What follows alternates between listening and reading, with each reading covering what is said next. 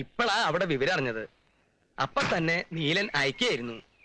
എന്താ വേണ്ടേന്ന് വെച്ചാ ചെയ്യാ.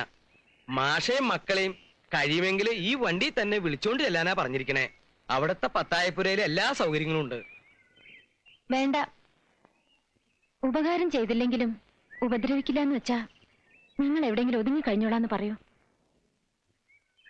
നിർബന്ധിക്കാൻ വയ്യ.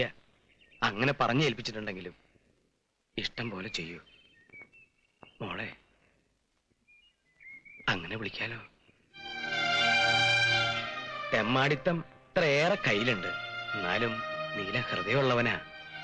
ആരെക്കാളും കൂടുതൽ ആ ഉള്ളു കണ്ട ഒരാളായതുകൊണ്ട് പറയാ.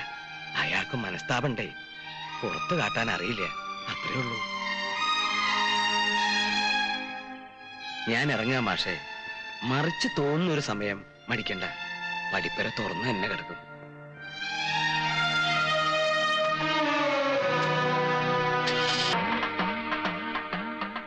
മേളത്തിരി ദൂരേന്ന് കേട്ടു.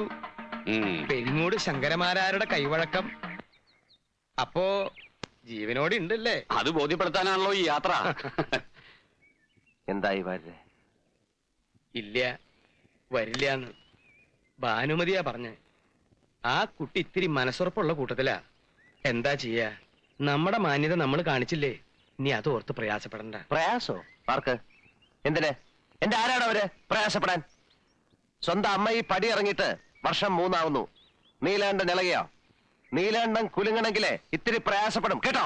കോന്തം മതി മതി, ഇനി അതുമ്മ പിടിച്ച് തൂങ്ങണ്ട.